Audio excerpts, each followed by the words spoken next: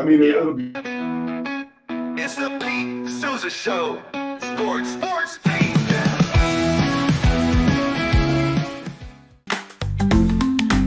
Get ready for epic savings at Best Buy. Right now, you can save up to $700 on select Alienware and Dell gaming products. Perfect for leveling up your gaming experience. Plus, grab the latest Android Google Pixel at an unbeatable price. Don't miss these incredible deals. Shop now at bestbuy.com and upgrade your tech today.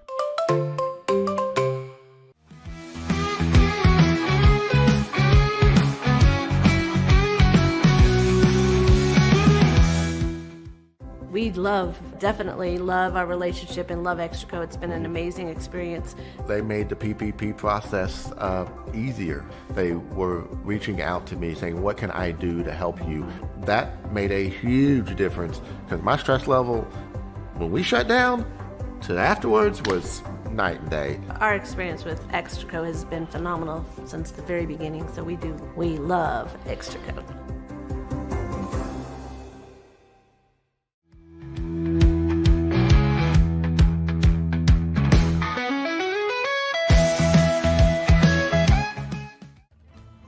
Ready to bring your vision to life? At Small Rig, every idea, design, and product is inspired by you, the creator. With our industry-first under co-design mode and the Dream Rig free customization project, we unite with global creators to turn big dreams into reality. Whether it's a cage rig or mount, Small Rig's versatile gear is built to elevate your craft. Small Rig, where your creativity meets our innovation. Go to smallrig.com.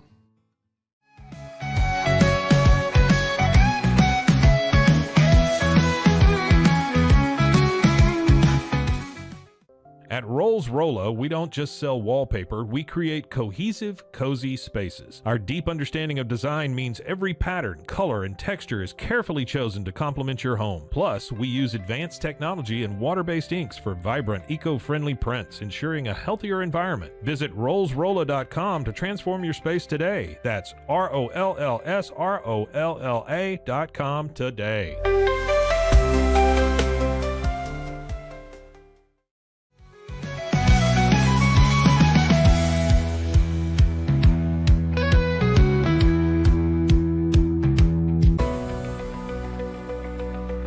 At 25 Home, our ultimate goal is to provide you with a transformative experience, making each day feel like it has an extra hour. We believe your home is more than just a space, it's a sanctuary where comfort, relaxation, and happiness thrive. Discover the difference at 25 Home today. Shop now at 25home.com.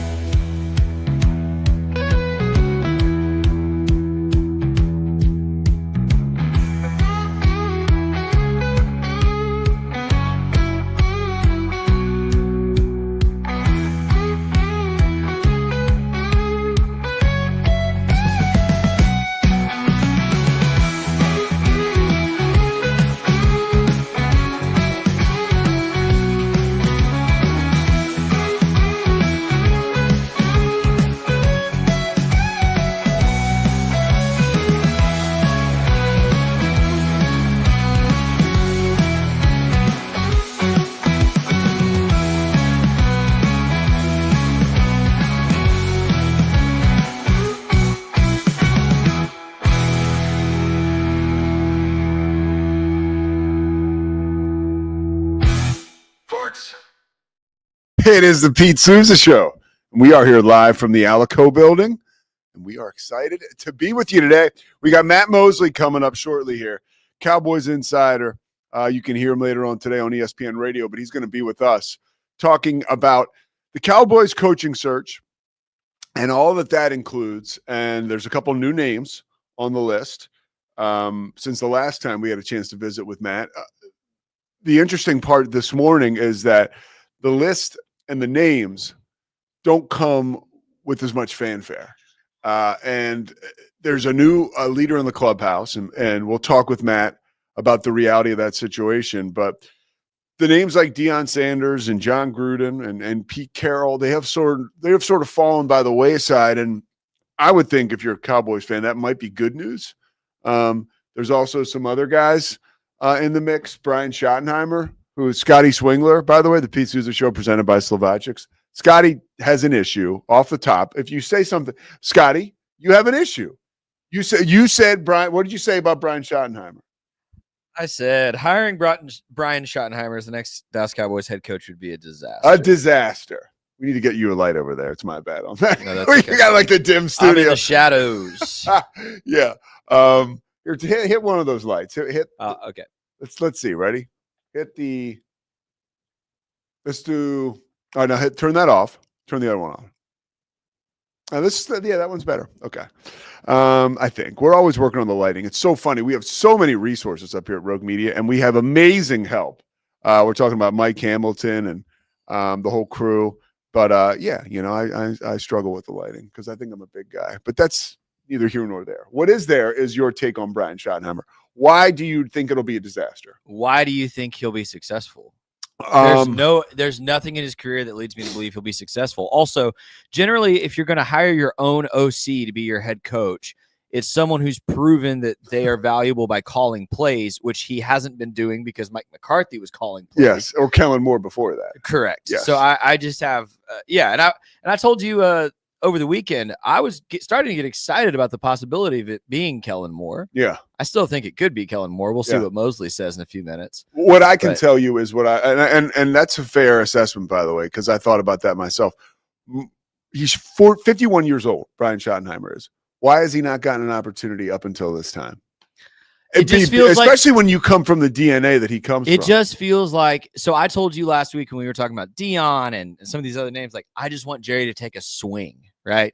Like, just do something that says, this is urgent. We're paying this quarterback way too much money to suck. Like, and so I wanted a swing. This is the opposite of that. Let's keep this guy in the building and hope for the best is how this feels to me. Well, you're right. The fact that it comes from within is a little scary almost. If I'm a Cowboys fan, I would like to see a Kellen Moore or someone who can sort of change the vibe and the culture. But this is kind of the devil that Jerry knows. And again, we'll ask Matt about this, but I saw the odds go up. He is now Brian Schottenheimer, the leader in the clubhouse.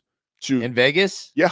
It's Schottenheimer at minus like 100 and Kellen Moore at plus 250. Oh boy. And the Dion stuff seems all to have been like, hey, we all enjoyed it. Well, and I said that we both said last week, Dion always felt like a long shot because he's got a good thing at Colorado. You're not going to get to coach your sons if you go to the Cowboys, et cetera, et cetera. Yeah. Mosley said last week it's a red herring. Don't worry about it. So I think we snuffed that out. But there were so many other names. And a lot of people are mad about Ben Johnson. I never thought Jerry was going to go that direction. But I hope he interviews Aaron Glenn.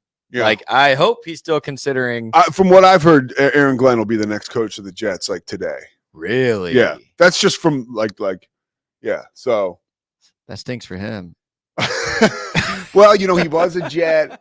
There's stuff there, but we'll ask Mosley all about that. Yeah, he was a Cowboy too. But we have a lot to cover today. Baylor basketball plays tonight. They are a 12-point favorite at home against Kansas State. I think that says more about the tough times for the Kansas State Wildcats and Jerome Tang than it does for Baylor and them surging here in late January. The good news for Baylor is that I feel like there's plenty of time left, and I think you can really get things right in February. And hopefully, if you're a Baylor fan, you get healthy with Langston Love, which you need. Want to talk about I had a night last night where it was finally I didn't have to watch sports. I felt like no obligation to watch sports. So I watched Dateline. Are you a Dateline guy? No. Okay. No. Well, then you can just listen to this. So I last night I was doing work. I have a basketball game this weekend, Arizona and Colorado. So I was actually I was like, let me take, because the game I was supposed to do tonight or last night got moved because of the snow and we got moved off it. So I had a little bit more time this week. So I was able to I was handwriting some of my charts and that was all good. Got on a 12-step meeting. I do AA. So I got on, it was a Zoom. It was a great experience. Bunch of my dudes in Philly and around the East Coast. So that's always nice to plug in for a little spirituality there. And then I was like, what can I watch tonight? So I put on Dateline. And Dateline is like, It's like it's like a Texas A&M football season. And let me explain to you. Like, you watch the preview, there's so much excitement. This one was great. It was an attractive couple, like a working class couple in California. And so like there's right there, I'm like, oh, this is interesting. So anyways, it's the newest Dateline. They actually made a podcast out of this particular episode. It's called Deadly Mirage. I'm so dyslexic. Every time I saw it, I thought it said Deadly Marriage until they actually spoke the words last night.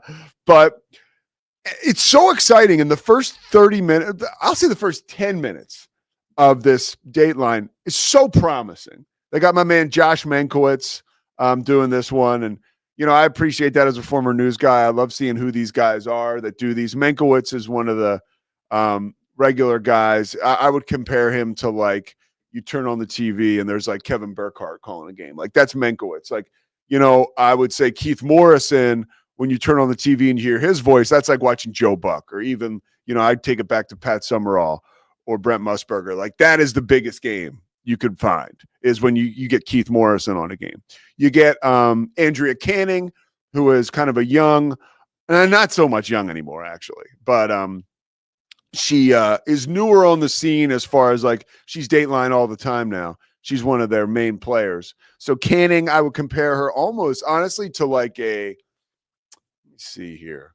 Andrea Canning, if I could compare her to a brother. She's not like as accomplished or experienced as Mike Tirico with the big game all the time. She's certainly not Al Michaels.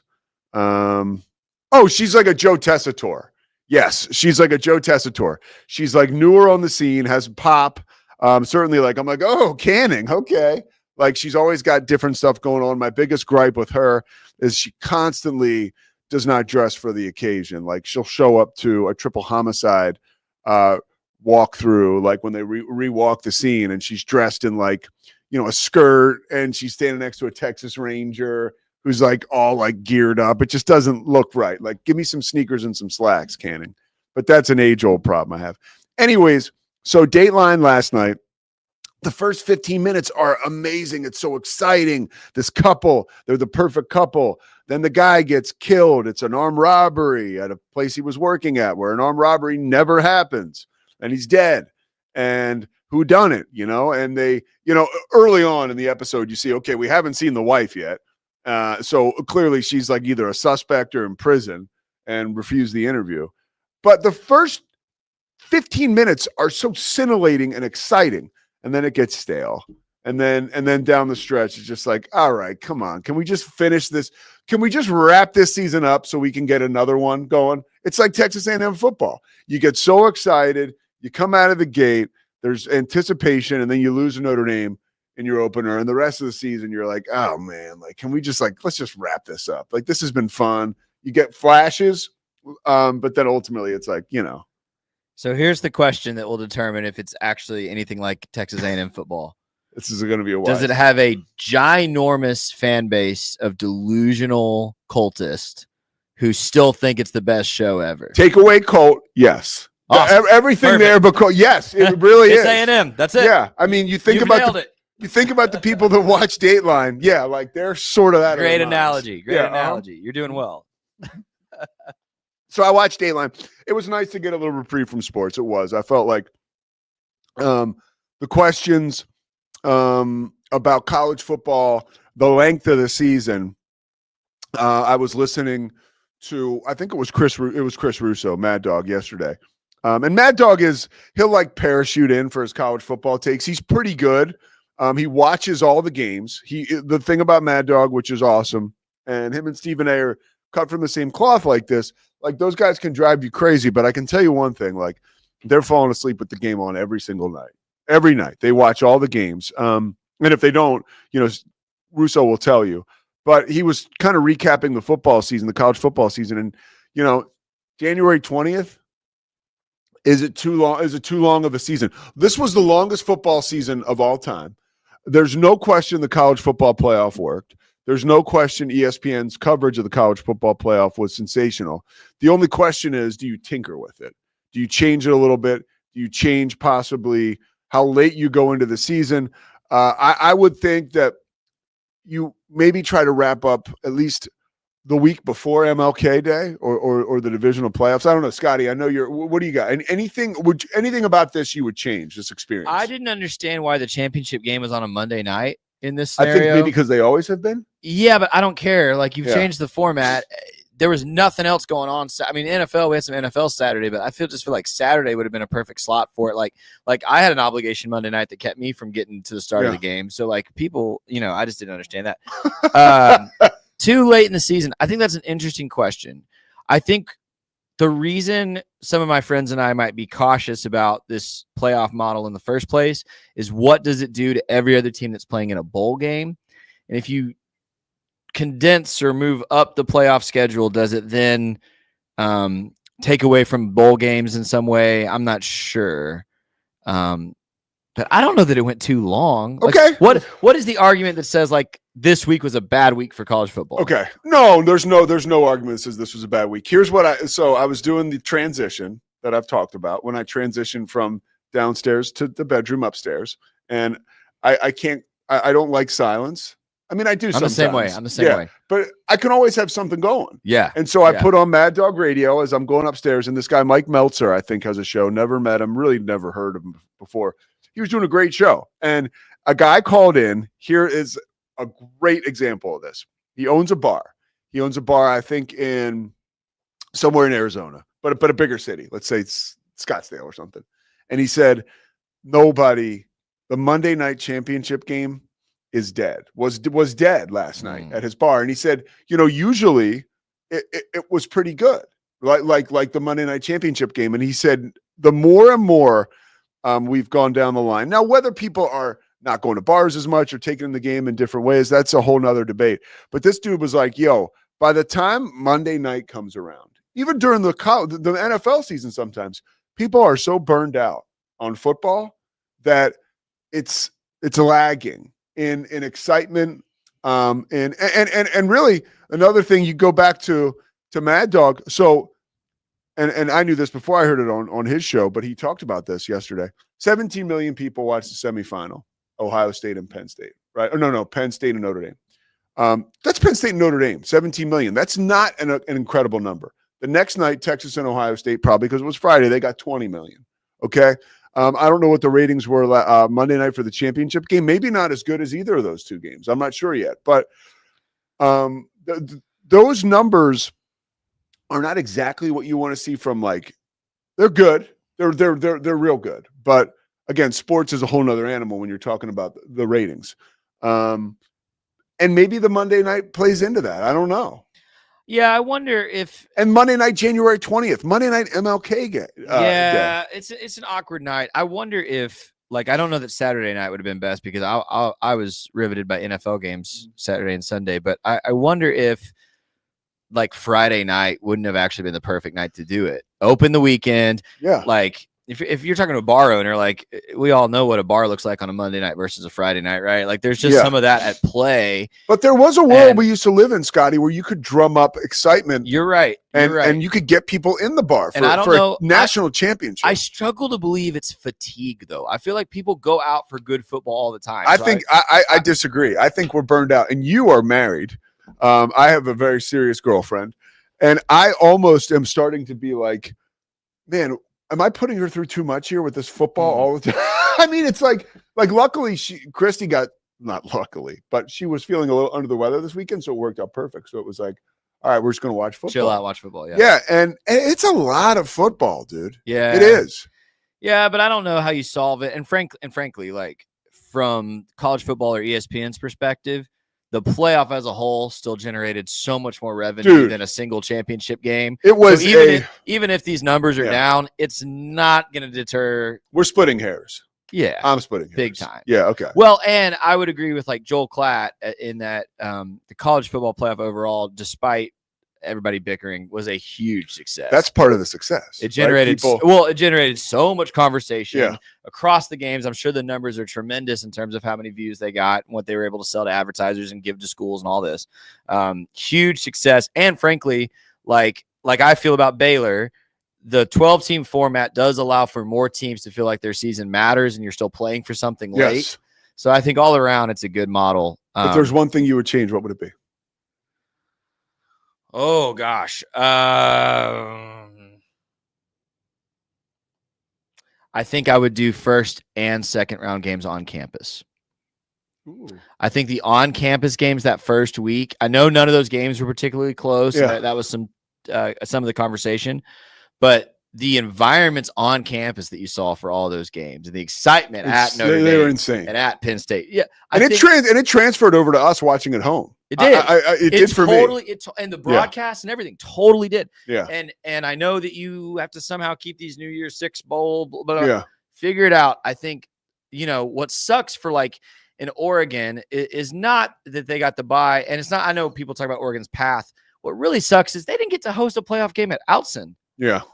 Why didn't Ohio State have to go to Outson after, like I think that Oregon got screwed, if you could say one thing that they did. Looking back now, but I with think 2020. I think you need to give those top 4 seeds a first round game at home as well. So I would do the first 2 rounds on campus. Okay. I think that would make it an even better product. Okay. What do you think? What's the one thing you would change? I don't want to do the buys. I mean, I think you should allow teams in, right? Like if you lock up your conference, like I want those automatic bids, Bid, but not auto buy. Not auto buy. No. Yeah. So that's I think that's a common feedback. I didn't mind it. Yeah. But I understand why. It's fun. It certainly makes it fun. It does make it fun, but it's like then you get into the deserving thing. And I was so annoyed by, and I know the guy's amazing and he's forgotten more than I'll know about football, but the Kirk Herbstreit thing when we got going with like, well, they won, but who did they play? It's like, dude, what are we talking about? That's almost impossible. If you watched Alabama in their bowl game, any of that conversation about deserving and that's crap. That was frustrating. And I think it does. It also shows like we're all sitting here with opinions. Like no matter the highest of the high you would rank like a Kirk Herbstreit. Yeah. He's got an opinion that's jacked up just like me or you. Right. Like I couldn't disagree more with okay, they won, but who did they play? It's like, wait, what? Like that just asks so much from like committee and all that type of. Well, and frankly, the one team that got so crapped on in this whole thing was Indiana. Yeah. And Indiana actually had the closest first round game. We found out after the fact their quarterback played the second half of the season on a torn ACL. Yeah. And they still played Notre Dame like closer than anybody except Ohio You're still State. on this Indiana train. I love Curtis. Freaking Signetti, man. All right. So look, we're gonna can we take a short break because Mosley's probably waiting right now. 10:20. We went on a little too long. We're gonna come back. Cowboys insider Matt Mosley breaking down the Cowboys coaching search.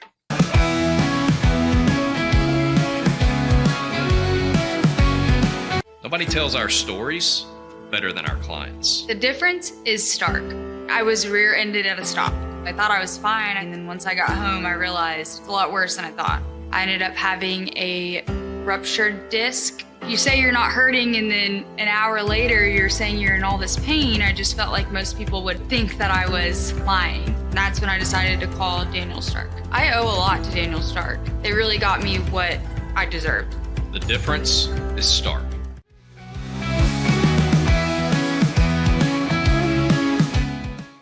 We definitely love our relationship and love Extraco. It's been an amazing experience. They made the PPP process easier. They were reaching out to me saying, what can I do to help you? That made a huge difference because my stress level, when we shut down, to afterwards was night and day. Our experience with Extraco has been phenomenal since the very beginning. So we love Extraco.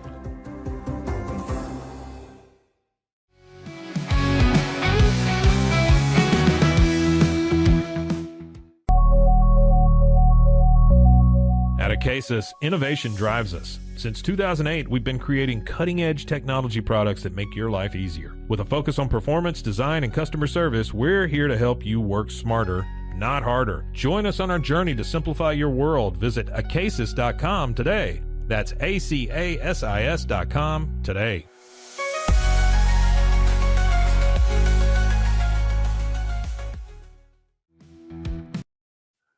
All right, the Pete Sousa Show rolls on. We're powered by Slovatrics. Also, I'd like to thank our friends at Daniel Stark Injury Lawyers and love our boy Matt Mosley joining us right now, host of the Doomsday Podcast, and you can hear him this afternoon on ESPN Central Texas.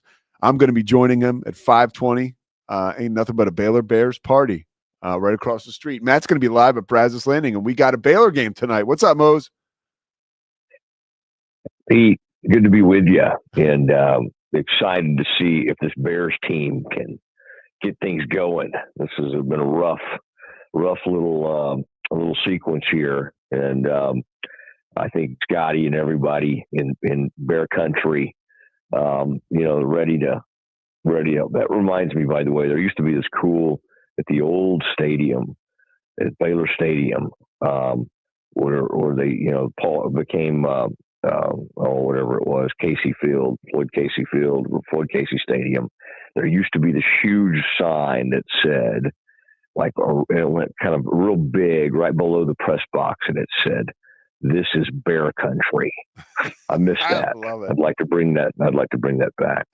Hey, Matt, how was what was the loudest you ever heard at Floyd Casey? Where it was like, and was that louder than the loudest you've ever heard it at McLean? That's a good one. Because at Floyd Casey, I spent more time in the stands. At McLean, I've spent most of my time in the press box, and you don't always get quite as great a feel. I would say that, before they moved over, that when they closed down the case, they beat Texas, and that year I think there was also a big win over Oklahoma, where I think they were still in that stadium when Robert had hit that famous pass to Terrence Williams to beat OU. And that place erupted that night. And I want to say that was like a blackout situation.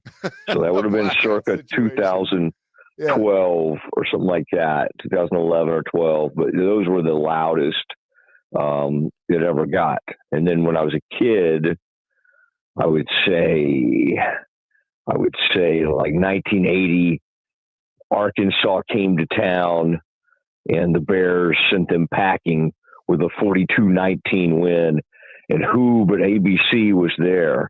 And I was already fascinated as a 7-year-old with like radio and TV and everything. And so they had this, what they used to have to do with TV is they had this massive tower they would bring in, and it would be in the end zone. And I just remember being mesmerized by it, and also thinking how cool it was that we had such a big time announcer. Who do you think, Pete, that it was? Who do you think was this? I'm going to guess I'm going to say Keith Jackson. No. Jim Lampley. Wow. We were very excited to have Jim Lampley in the house. I got a great, so I just, in the fall, I love Lampley, right? And he kind of his versatility was awesome. Of course, more boxing towards the end of the day than anything. Yeah. But he was a single guy when they were doing the Olympics. I think in Lillehammer, I guess. And so Vern Lundquist was calling the figure skating, and he said he liked Katarina Witt for a lot of reasons, not so much for her broadcasting chops because she wasn't great, but she rebuffed many advances by Jim Lampley at late night at the hotel bar, which I thought was very interesting. Yeah, and you could tell Vern just kind of put up with Lampley. He didn't love him, All right, how about this coaching search? We put up with Jerry Jones. A lot of people don't love him. The leader in the clubhouse now is Brian Schottenheimer. What are the odds, or what are your thoughts on the potential of Brian Schottenheimer being the guy at the end of the day that gets this Cowboys job? Well, I think it's going to be, pretty unsatisfying to the fan base. I mean, it's basically saying, well, we let Mike get away, but kind of like what Mike was doing. So let's just keep going down that path, which leads me to think, well, you probably should just kept McCarthy. If you're going to do this, I mean, it's been a while since he's called plays. I don't know if he'll call the plays if he's the head coach. I also think this interview was done for him possibly to be the OC and potential play caller. So there's a couple things happening right now. No, I think we'll see if this thing goes into a delay mode. I think that will be a sign that Kellen Moore is still in the mix. But this seems to be some kind of inside the building, everybody, championing this guy. Now, why would that be? Well, the first thing I think of is the scouting department and everybody who's always worried when there's a coaching change that there could be all sorts of changes. Of course, they're going to want somebody internally because that everybody, most people get to keep their jobs if that happens. So I think that sort of thing is in play right now. And, Schottenheimer, he's never been a head coach. And this would be, I think he would jump at this opportunity. So I don't know. I get the feeling that part of this is kind of seeing how everybody's reacting. And right now, I would say most people are not that excited about going with Brian Schottenheimer. Hey, Matt, Scotty Swingler. I could not agree with you more on Schottenheimer, but I did have a question. With this game next week being Philadelphia and Washington, there's been a little bit of smoke around Cliff Kingsbury. Do you think he's a serious candidate? Well, Scotty, I think Jerry likes Cliff, and I think there's a genuine friendship there. I've kind of leaned toward Kellen just because he already has the relationship with Dak. But, it is interesting. I always thought it was funny that Kellen gets fired at Tech, and then in short order, he's a head coach in the NFL. He couldn't hack it at a place where literally, much like Baylor, if they get 8 or 9 wins, the fan base is pretty excited. So it's not the most pressure-packed place in the world to coach. And yet he couldn't hack it at a place where he was beloved. And then he gets the Arizona job. And I would say that was a mixed bag. He had his moments. They had that one great start one year. And then they really faded with Kyler and Cliff together. I think what he's done with a great talent and a rookie quarterback is not to be dismissed. So I find him to be very intriguing, but I would say the safer choice of Cliff and Kellen would be Kellen. Maybe the more exciting choice would be Cliff because it's a little bit of a wild card, and he would probably be asking Dak to do different things than certainly what Kellen would ask. But man, you bring up an interesting thing. I think one thing that's really in Jerry's face right now, and that he's probably a bit embarrassed about, is, this division that Cowboys have honestly done pretty well in over the last decade, or even 15 years. Both, two rivals playing each other in the NFC title game. I think that is even more embarrassment for the Cowboys than usual.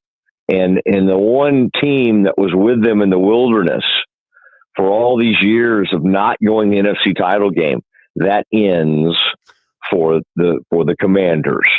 And therefore the Cowboys, of course, they stand alone in the NFC, having had to wait the longest to return to an NFC title game. We have the other candidates too, right? Kellen Moore, you mentioned him, but Robert Saleh, Leslie Frazier. I know those two I just mentioned have interviewed.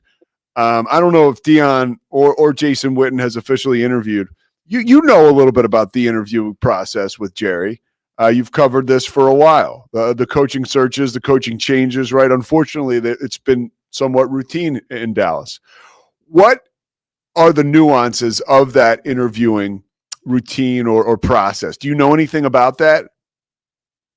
Well, yeah. I mean, I have covered these things and watched them, but I would say it's not as routine as it is for like the Raiders who do it like every year or two. I mean, Jerry does tend to stick with these guys for a while.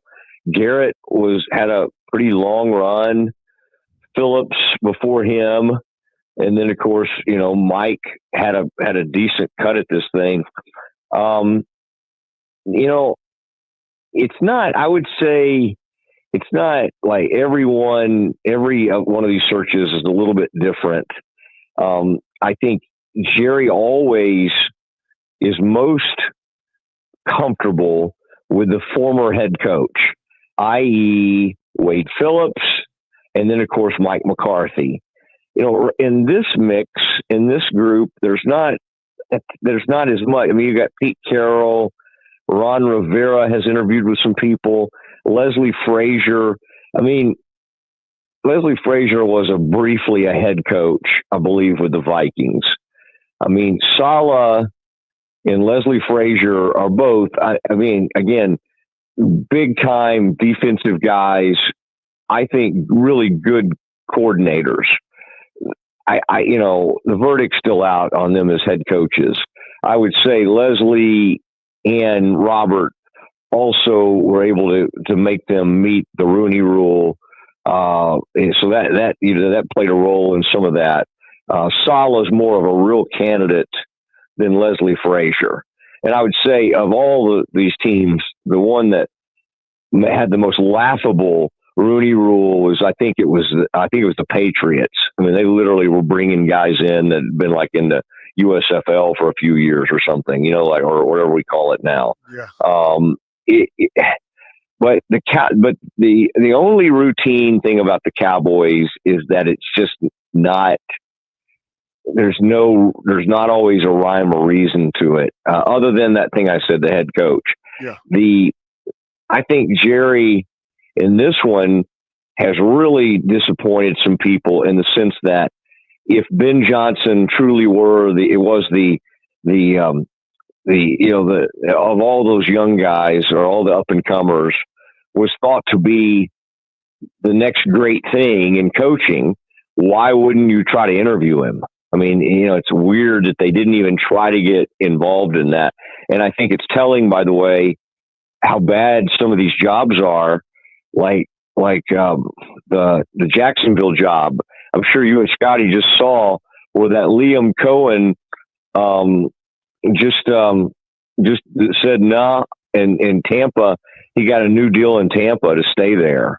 I mean, that they wanted him, and he had his first opportunity to be a head coach, and he passed it up because they have a bad GM and they have a bad situation, and it was better for him to stay in Tampa. Wow. I mean, I find those things very interesting when you see a coach do that. But I both Schottenheimer and I think even Kellen.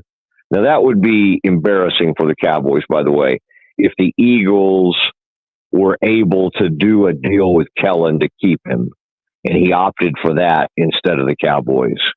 Well, that would be really embarrassing for Jerry, which is why now that they've done the Schottenheimer thing, it sort of allows them to say, we have what we think is a really good in-house candidate. So if anybody else turns them down or anything like this, I would say Schottenheimer becomes their fallback guy. So is there any like ripcord like that Jerry has, like a in case of emergency break glass? Like, is that the Dion? Is that the Jason Witten? Because you're bringing up really interesting points here, like the possibility that some of these contracts are extended or renegotiated, right, in the Eagles situation, or you just mentioned Liam Cohen staying in Tampa, if that were to happen to the Cowboys. Is there anybody Jerry has that he's like, okay, I can make a splash, I'm comfortable with this person, and they'll say yes? Well, Dion's the biggest splash. It doesn't shock me. I think because Dion's trying to get an even bigger deal with Colorado right now, it doesn't shock me that he hasn't interviewed with Jerry, because like what you want is the interest in you, but you don't want to go interview and then not get the job. So Jerry and Dion are doing a little bit of a dance in that regard. As I've told you, I never thought the Dion thing was serious, but that is the splashy, okay, let's try this. And I find it interesting, even though I can tell Troy doesn't think it's going to happen, but he also is friends with Dion, and I heard him talk about it. He's like, he would never count Dion out or whatever Troy was saying about that. But what Troy said that was so honest recently was that whole thing about that he didn't think this was as coveted a job as most people think it is. And I think that is just way, I mean, to sound like Dave Aranda, I think that is way accurate. What does Aranda always say? This is way cool, or whatever he says. But yeah. Now, isn't it funny when coaches like start winning again? It's like all these things we kind of like their little quirks. Oh, I was comparing Dave Aranda to Marcus Freeman yesterday. I'm all in because I think they're both so authentic and they're both so very true to who they are. All right, last thing on Troy, because I'm curious about this. He is really his calls have been so unbelievable, and I so appreciate. And he's not like a gotcha guy. He doesn't have an axe to grind. He's not trying to make headlines, but he's so honest. And his honesty during that Chiefs-Texans game, I think that could even have ramifications with the league. When somebody like that on a number one team comes after officials like that, do you feel like that could have a ripple effect all the way to New York and Roger Goodell? You know, the Mahomes getting all the calls and some of the ridiculousness that people feel has surrounded Kansas City and beneficial calls for them? I think you're right that Troy has really a huge standing, and the NFL office hears that. And I think at a time when Tom Brady is like, you know, doing games that involve coaches that he's interviewing for jobs, I think Troy's honesty and how candid he is really stands out. I honestly think that's a bad look for Brady. I mean, and again, he's Brady, so I guess nobody will care and he'll be fine. Yeah. But it's a bad look, honestly, to be spending 4 or 5 hours interviewing these coaches and then doing their games or whatever, and then not really addressing it. I mean, it's a weird deal. And again, I don't know how much the public totally cares about that. Dude, I agree with you, man. I'm not looking for Woodward and Bernstein up there, but I would like, somewhat just being fair and coming at it with a lens like zooming out, just some transparency. Yeah. But he comes from the least transparent organization in the history of sport. Right? I mean, he was with the Patriots, so it's not like his first inclination is not to like shine a light on things. Yeah. It's more to cover it up. But no, I think Troy has looked good. He's always been good. I think in moments like this, you sort of admire just kind of who he is and sort of the integrity that he exudes. And for a league that sometimes can't get out of its own way, even though it's making billions, and again, it also gives it more credibility when it's a quarterback calling out a quarterback, because like the quarterbacks in the booth are generally, they want to take up for each other. That's kind of their first instinct, is to protect the quarterback because they played the position and they have a special like sort of empathy for playing that position. So it made it even more credible that Troy was calling out Mahomes for doing that. And as I said recently on one of my mediums, one of your platforms, RG3 used to do that stuff, and I used to think, man, you're going to get yourself hurt First of all, he was not good at sliding. He never really figured it out. Maybe he finally did in the NFL, but not soon enough. And he would do this thing at Baylor where he would try to get those 15-yard penalties by doing exactly what Mahomes was doing the other day. Get over there to the sideline and kind of screw around for a second and see. And he would always end up in a heap. Like, and you'd be like, oh my gosh, they're trying to kill RG3. Well, no, he was trying to lure them into that. And I always thought, you're going to get yourself hurt. Yeah. And he did get hurt one year. I don't think it was from that. He got an ACL, and the Bears lost him one of those years. But anyway, the quarterbacks know exactly what they're doing, and they had to address it before. I'm trying to think if this was college or pro. It might have been pro, because somebody was doing the thing where they, was it Burrow? Somebody was faking the slide and like staying up. Yeah. I remember that a few years ago. Inside the mind and experience of Matt Mosley. Once again, the payoff is real. All right, Mosley, I'll see you today. ESPN Central Texas. You can catch Matt starting at 3 Central or 4. Was it 3 or 4? 4 Central, right? No, 3 to 5, 3 Central. Well, 3 to 6 for many years. Okay. 4 to 6 currently, but yes, thank you for tuning in. I'll see you later on today in the flesh over at Brazos Landing. Thanks, Matt. All right, thanks, Pete. See you, Scotty. That was Matt Mosley. Man, that was great stuff. I love being able to talk. First of all, he had me when we were talking about Floyd Casey Stadium, and I was the same exact kind of kid. I remember when on a much smaller level, like Villanova had a Thursday night game on ESPN one year, and I was like out of my mind. But can I share my take on that? Yeah, of course. You asked that question, and I was like, "Oh, I love." Yeah, I know. I was like, honestly, I asked that question, and you and Zach, I don't know what was going on. There was like Zach and I were communicating with orgy on the other side of the room. I was like, "What is happening right now?" Okay. So Matt almost got it, and I won't blame him for mixing these up. Yeah. He said 2012. In 2011, RG3 won a game as an underdog against Oklahoma. I think they were ranked number 8 at the time at home. That was a very loud game. That was not the blackout game Matt was referring to. He was referring to 2013, which was Baylor's first Big 12 championship year. And Oklahoma came to Floyd Casey, and it was a blackout game. And it was the first time in 15 years probably they sold enough tickets. They removed the tarp out of the one end zone. And so they sold out the end zone that had been covered by a tarp for like pretty much most of my life. That tarp said, "This is Bear Country," which Mosley referred to as well. And they sold it out.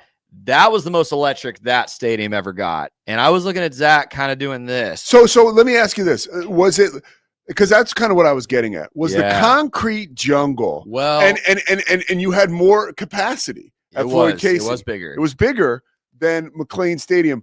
And also, too, the veracity of the fan back then, I think it's a little more corporate now, wherever you go. Well, right? Baylor has been guilty of never really having a lot of veracity in the fan base, except for that. There was a streak there for about 3 or 4 years where it was really nice, starting in about 2013. Yeah. And I was kind of doing this to Zach earlier, because I would say either that 2013 Oklahoma game at Floyd Casey or the 61-58 game the next year in the opening of McLean Stadium, which is the famous comeback against TCU. Yeah. And there's been some other really loud games at McLean. They were close, man. I think I would give McLean this much of an edge. Really, you would? Well, because they louder, scarier. I think so, because they very wisely designed it to where those awnings, if you look up, they're curved and they reflect sound back towards the field. So even though you have 5,000 less, not significantly less people in that kind of environment, I think the stadium design actually sends more sound towards the field. Let's go, Scotty Swingler. I like that. But I love that Matt said, "Oh, I think it was a blackout against Oklahoma." Yeah, you were like, Everyone my age is like, that game was lit. Blake Bell was hopeless. I need to pull up some highlights from that game for you. All right, the Pete Sousa Show rolls on. We got a quick segment coming up after this as to why media members need to chill out and take it easy on teams after they lose championship games. Stay with us.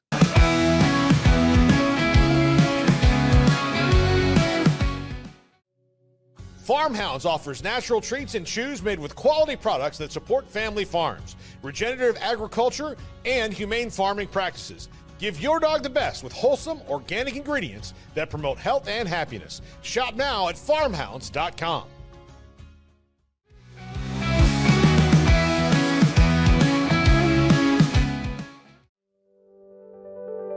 Overwhelmed by your inbox? Clean Email is here to help. Organize, clean, and manage your emails with powerful automation tools. Say goodbye to spam and clutter and enjoy a stress-free inbox. Try Clean Email today at cleanemail.com. That's CLEAN email.com.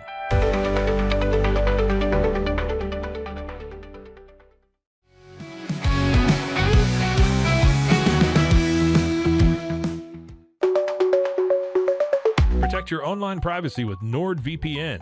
Browse securely, access content from anywhere, and keep your data safe with military-grade encryption. Whether at home or on the go, NordVPN ensures your digital freedom. Stay secure. Download NordVPN today at nordvpn.com. That's NORDVPN.com.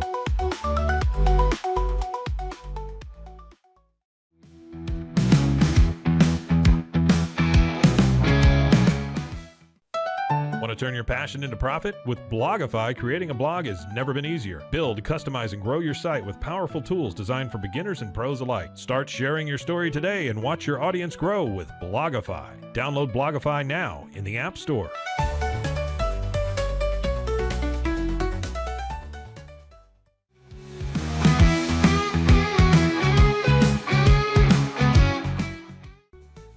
Easy Sun has been living fearlessly under the sun since 2016. Born from sailors' need for convenient sun protection, our mineral sunscreen is crafted with natural ingredients offering broad spectrum protection against UVA and UVB rays. Safe for your skin and the environment, stay protected on the go with Easy Sun, your ultimate sun care solution. Visit EasySun.com today. That's EEZYSUN.com.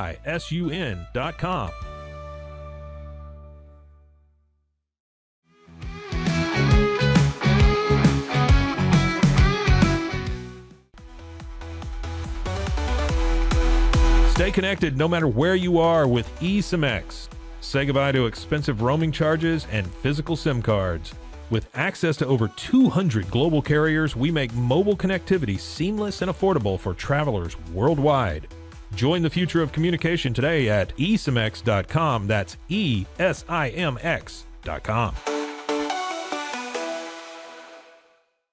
At Tusain's, we understand that maintaining a healthy lifestyle can be challenging, especially in today's fast-paced world. That's why our mission is to make fitness accessible to everyone, anywhere. Committed to excellence, we adopt a user-centric approach guided by ergonomics and medical science. With a team of seasoned professionals in R&D, design, and manufacturing, we prioritize quality across our entire product line. Visit Tusains.com today and start your journey to better health. That's TOUSAINS.com. Protect your car with 3W Liners all-weather floor mats. Made from durable materials like TPE and rubber, our mats are designed to withstand rain, snow, and mud with deep grooves to trap dirt and liquids. For a custom fit and advanced protection, visit 3W Liners. That's the number 3, WLINERS.com today.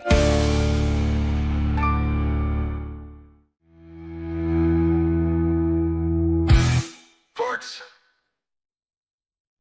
Waxing poetic here about old school Baylor football and McLean Stadium, and Scotty is just on a heater. I love the passion of this young man and how excited he gets. And he was, we just heard him. I mean, the excitement around Baylor football history. And he brought up a really good point. He said, look, 41-12 was how Baylor beat Oklahoma in that game. So Matt Mosley mentioned the 2013 Baylor-Oklahoma game. Oklahoma came into that game number 10 in the country. Yeah. Baylor was number 6. Okay. The final score was 41-12 Baylor. Yeah. I miss those days, man. I miss that. All right. Well, here's something I want to get to before we leave. I got it. I need to get this off my chest. First of all, let's do a couple notes. Sydney Sweeney took in the Knicks game last night, and if you were on social media, you saw her at the game. I like Sydney Sweeney. She's got a good like vibe about her. And I was scrolling through my timeline, and I just saw real quick that she was at the Knicks game, and I was like, wow, like Sydney Sweeney, megastar. She's a huge star right now, and I like her being a star. It's just Something I'll throw out there. And I love stars going to sports games. I just love it. Another one, I remember when Noah Syndergaard was dating Alex Cooper, and they used to go to games together in Canoodle. I thought that was great. That's just more of that, more of stars going to big events and being in love. That's all fun. Okay. Another issue that's much more serious, and I have experience on both sides of this, and I'm extremely frustrated with Dan Wolken, a national columnist for USA Today, tweeted post-game after Notre Dame loses the championship to Ohio State, and I don't care what the final score was. If you're one of these kids, like, this is as gut-wrenching as it can be. And maybe you don't want to call them kids because they're getting paid now and they're professionals. Fine. That's cool. This goes for both NFL and college locker rooms. I think with college, we could try to give a little more grace because of the age and because of maybe even somewhat the emotional investment that takes place on a college level that could differ from the NFL and professionally. Anyways, Dan Wolken described a tense moment with players yelling at reporters. This was from the locker room. He tweets, bizarre scenes from the Notre Dame locker room, players yelling at reporters, coaches warning people not to ask certain questions. Amateur hour. Okay? So he tweets that, and with that, there's a kind of a media firestorm because you think about, okay, like Molly McGrath from ESPN, like, is she one of the people in the locker room that is being yelled at because she's been covering Notre Dame? She just interviewed Marcus Freeman outside the locker room. So that moves Molly McGrath, who, by the way, is one of the best reporters in all of sport, not just college football. If you notice, like, we never even talk about her because she just nails almost everything she does. She's that good. But she has to go and say, well, no, I had a positive experience covering Notre Dame. There was nothing but grace and kindness from Marcus Freeman, blah, blah, blah. Okay, so she debunks that quickly. Dan Wolken, dude, like, beat it. Beat it, dude. Like, that's really my take on that. You cannot assassinate the character. First of all, you're taking a shot at the sports information people who I can tell you are busting their ass in that situation, trying to figure out what side is up because your team just is crushed. Like, they are literally picking up the pieces, right? The dude Andrews from Baltimore, who dropped obviously that huge 2-point conversion, he fumbled earlier. He had another drop. This guy, nobody for the Ravens organization, right? Just the Ravens, not the transfer from the Baltimore Colts. Just the Ravens organization has had more catches than Andrews. He didn't talk to the media after the game. He was not there, and he didn't talk to the media on Monday. Now, let's talk about him. Like, he's a pro, not talking to the media. Like, I can almost get with that a little bit more so than I can with players in the locker room freaking out. So here's my concern, and here's my request for Dan Wolken. Don't go in the locker room, dude. If you can't, if it's going to be too much for you, right? By the way, a coach, it's not their job to facilitate media coverage, but coaches are like human beings. Like, they're upset too. So if maybe a player was asked a question that a coach deemed to be out of pocket, or maybe it was a normal question and the coach freaked out, like, the bullets are flying, dude. Like, I'm not saying should any reporter have to deal with any kind of like verbal or physical assault, like, not at all. Like, and you want to make sure that women are taken care of in those situations. Like, when I was in the NBA doing PR, like, if a woman was in the room and guys were still like undressed, because in the NBA, it's like, it's crazy to think about the fact that locker rooms are open, which this is my overarching point. Like, if a guy like Dan Wolken keeps behavior like this up, these locker rooms will be closed to everyone. Okay? So imagine that. Like, we're trying to scrape together, if you're a reporter covering the media, you're trying to scrape together some coverage, right? After a game, you're trying to go into the locker room to get some sound after that cooling off period. But it's going to be a live environment. And if you're lucky enough to get players in there, you're going to have to like show a little more grace, dude, than like than saying amateur hour. So you're calling out the Notre Dame coaches, really.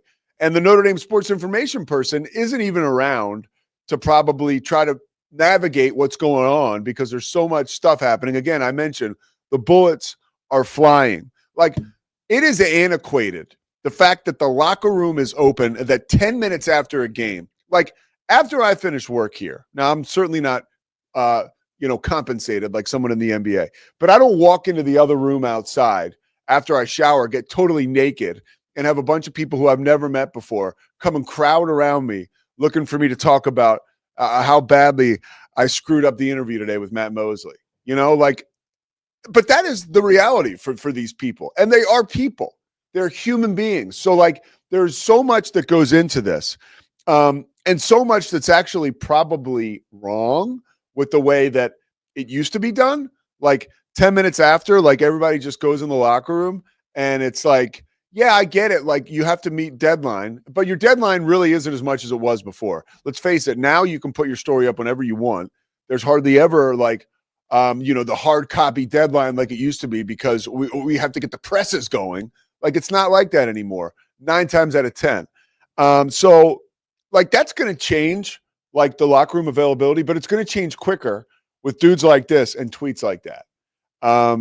And it's just lame, dude. It's just lame. And if this guy was a columnist for the South Bend Sentinel, I might be a little more lenient.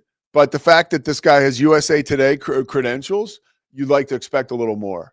So that's all I'll say, because I'll go back again, last point, because I kind of screwed around and not gotten to this. It's wild. A woman comes into the locker room and it's in the NBA and it's 10 minutes after the game and you got 5 guys who are naked. You're like, yo, what woman's in here? I was told by my boss to say, and this is 15 years ago, woman on board. And you try to get towels to the guys who are naked. Some guys don't even care. Some guys would rather be naked to freak out the reporters that come in. And that's a whole nother topic for a whole nother day. But that's the mixture of feelings. These players have voices and there's a collective bargaining agreement and they can collectively bargain to get out of this. In college, I don't know the voices that they have. I really don't know. It's just an expectation maybe, but it's super weird. It's super not normal to get done work and to be naked and to have people come rushing in. And I don't know if that's exactly how it goes down in the Notre Dame locker room after the championship game, but you get my feeling. I have a little bit of experience and education on this whole process. And I know that the window is closing for access like this. And I know that it's going to close faster with tweets like that. Scotty, do you have anything? No. Okay. You have way more experience than I do in the background and in that world. And I agree with what you're saying. I think my main thing is there's going to continue to be lines between, do we treat college athletes like professional athletes, especially now that those football players are in large part getting paid quite a bit. And I just don't think you do. I think there's different standards. Yeah. I think you can expect a professional to do certain things for the media that you should not expect of college kids. And, and as I think one of your primary points being, dude, you lose a gut wrencher like that. Yeah. And my whole thing 18-year-old, you almost came back, man. And my whole thing is just respect the craft, respect the team you're covering. And if you want to turn to Scotty Swingler in the locker room and say, boy, this is absolute bullshit, that's fine. Yeah. But if you're a writer for the USA Today and you tweet that amateur hour, that's just a bad look. Yeah. It's just lame.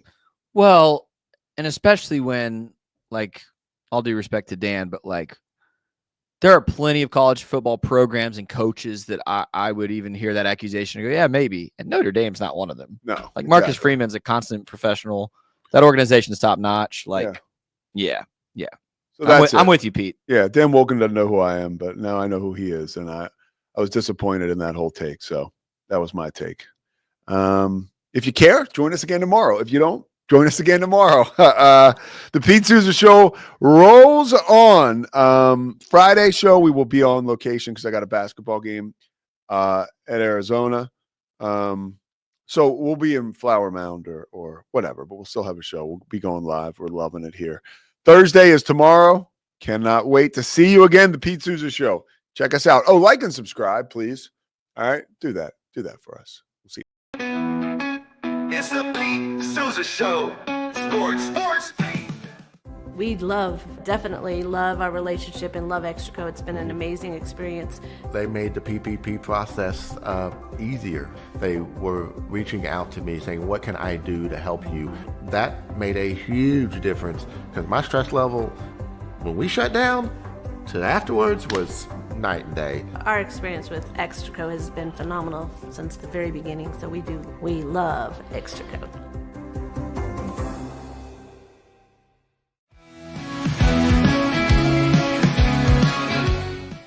Nobody tells our stories better than our clients. The difference is stark. I was rear-ended at 70 miles an hour. I was injured, had a concussion. The insurance company, they delayed. They were playing games from the initial conversation. They weren't going to help me. The biggest thing I learned through this is that you can't go through this alone. I called Daniel Stark. They were going to help me and everything was going to be all right. Daniel Stark got me 10 times the insurance company offered. The difference is stark.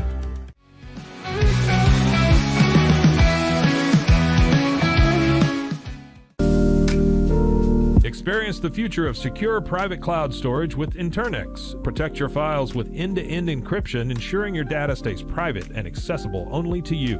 Enjoy seamless, fast storage without compromising security. Visit Internex.com today and take control of your digital life. That's INTERNXT.com today.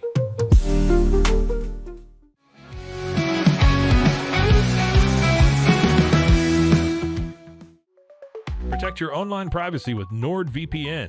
Browse securely, access content from anywhere, and keep your data safe with military-grade encryption. Whether at home or on the go, NordVPN ensures your digital freedom.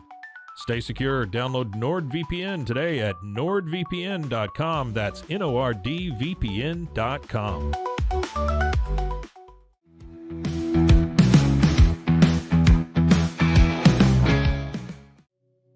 Farmhounds offers natural treats and chews made with quality products that support family farms, regenerative agriculture, and humane farming practices. Give your dog the best with wholesome, organic ingredients that promote health and happiness. Shop now at farmhounds.com.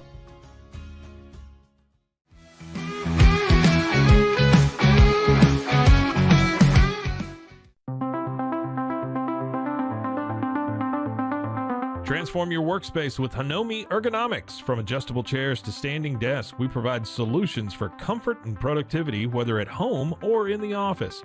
Improve your posture, reduce strain, and work smarter. Visit us at hanomi.co today. That's HINOMI.co today.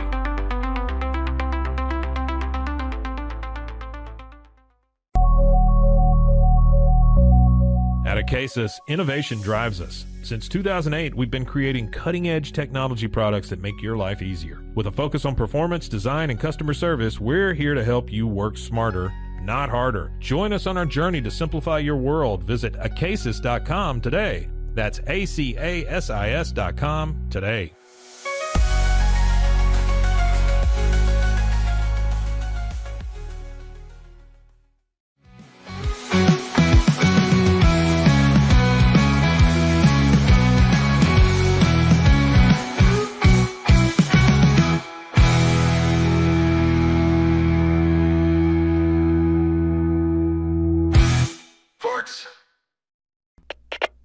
We